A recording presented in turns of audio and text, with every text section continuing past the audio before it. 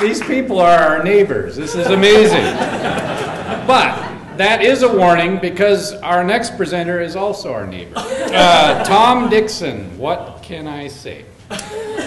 Tom is familiar to Helena Pecha-Kucha audiences, both as a failed cartoonist and as a successful kidney donor. Tonight, Tom is making Helena Pecha-Kucha history with his third presentation, the hat trick. To say that Tom has had an interesting life is a bit of an understatement, and Tom graciously presented us with a list of his life experiences that he was willing to develop talks about, which included helicopter test pilot, shark tank cleaner, coconut safety engineer. That's a real job, by the way. But we were most interested to hear this time about his time as a teenage carny. Tonight, Tom will tell us of his 8 seasons as what's known as a talker at the Minnesota State Fair Midway during the 70s, and he has promised he will give us a sample of his call, the repetitive chatter he developed to bring in customers. So ladies and gentlemen, hold on to your hats and your wallets, Mr. Tom Dickson.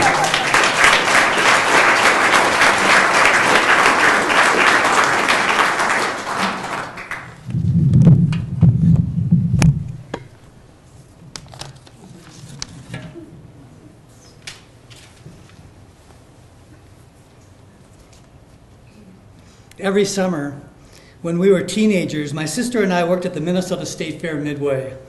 We found it thrilling to enter that dark, noisy, slightly dangerous world, the complete opposite of our safe, sanitized suburban lives. It was like running away and joining the circus for 2 weeks every August. The people who work the Midway are known as carnies, and many are now what you'd call your pillars of society. Some are just out of jail, others might have a drinking problem or just can't hold a steady job, but they're all willing to work long hours, live out of tents or trailers, and travel from state to state. It's definitely a tough existence. A carny's job is basically to separate fairgoers from their money. As a result, they are viewed with suspicion by the local police. It's that tension that creates the hint of menace and illegality that you can sense in the Midway environment. My sister and I were hired because we were clean cut and we didn't steal from the game. We were too terrified to even consider it. Once the owner told me that he had suspected my friend Vaughn of taking money and that the kid had 2 choices, either quit that day or they'd take him out back and work him over with a hammer. Needless to say, Vaughn chose to terminate his employment immediately. Most Midway games aren't rigged, but they are definitely deceptive. A classic is Shoot Out the Star, where you have 100 shots from a BB machine gun to shoot a red star out of the paper target. The trick I learned after spending a lot of money as a boy is to not shoot at the star itself, but to shoot a circle around the star. My sister and I work mostly what were called the water guns. In these, people squirt water into the mouth of a clown or some other target, sending a car up a pole, and the first one to the top wins a prize. The more players, the bigger the prize. What I liked about the water guns is that there was no deception involved. It was simply a race, so there was no risk of some big farm kid from southern Minnesota getting mad and punching me in the nose. Now, for some reason, I still remember my call, the string of repetitive phrases I'd repeat hour after hour as a way to lure people into the game and generate excitement. And so here to give you a little taste of the Midway is a sample.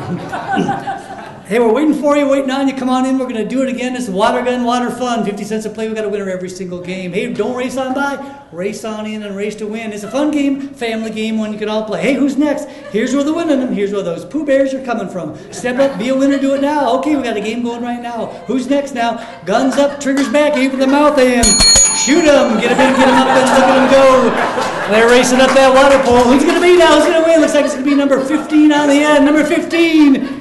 You done it, you won it, you shot it, you got it. You hit it, you get it. A jumbo-sized prize to light up your eyes. Okay, there goes a big one now.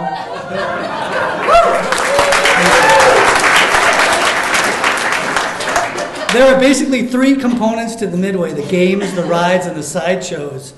During a typical 14-hour workday, I'd get 2 breaks, during which I'd walk around the Midway staring at the sideshows and peering inside. Sometimes I'd actually be able to get inside and I'd meet with Spidora, who was half woman and half spider, or T. Albert Jackson, the world's largest man, who the announcer said it takes a boxcar to lug him and 10 girls to hug him. Now these days, Midway sideshows have been replaced by reality television shows. And instead of bizarre bodies, we gawk at people like Donald Trump and the Kardashians who exhibit bizarre behavior. But in both cases, Americans continue to be fascinated by the grotesque. My theory is that we stare at bizarre people in sideshows or on TV shows because it makes us feel better about our own shortcomings. The Midway sideshow acts came in several categories. One was the anatomical human oddity, like the girl with 3 legs, Lobster Boy, or the world's tallest man. And another was the person who could do bizarre things with his body, like Popeye, who could literally pop his eyes out of his head. Then there were the fakes, like the Fiji mermaid, which was just the upper half of a monkey skeleton glued to the lower half of a fish skeleton, and then covered with paper mache to look like it was mummified. My favorite was Gabora, the gorilla girl. Quote, a beautiful woman who will change into a dangerous gorilla before your very eyes. Inside the tent, a bikini-clad woman goes into a cage and they turn down the lights. Then a movie projector projects onto her body, hair growing all over. Then the place goes completely dark.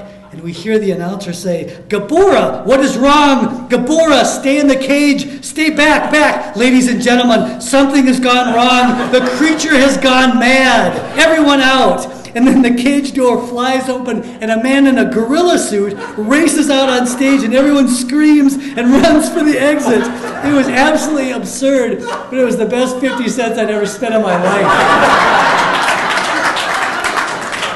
What I liked most about the Midway were the sideshow banners and the audacious claims they made. That what was advertised on the outside, like the lobster family or the woman with 2 heads, was only by the most slimmest definition actually true when you went inside. The thing is, we all fell for it again and again. We knew they had to be fakes, but we went anyway just to see if there might be some sliver of truth to the outrageous promises being made out front. We wanted to believe that there was such a thing as a headless woman because, my God, wouldn't that be something to see? And I guess that's what I love most about the Midway. That it's its own separate world where you suspend ordinary rules and you leave good judgment behind at the gate. It's a lot like Las Vegas. Both are places of bright lights and dizzying colors, places where you can lose your inhibitions. Both are where you might end up getting conned or doing something really stupid, like trying to win a stuffed bear that you'd never dream of buying elsewhere. The thing is, abandoning common sense is something reasonable people seem to need once in a while. And in that way, the Midway acts like a harmless drug, allowing us to escape, if only for a half hour or so, the constraints and rules of our dull, ordinary lives. A place where anyone, as long as he had a few bucks in his pocket, can step up and be a winner. Thank you.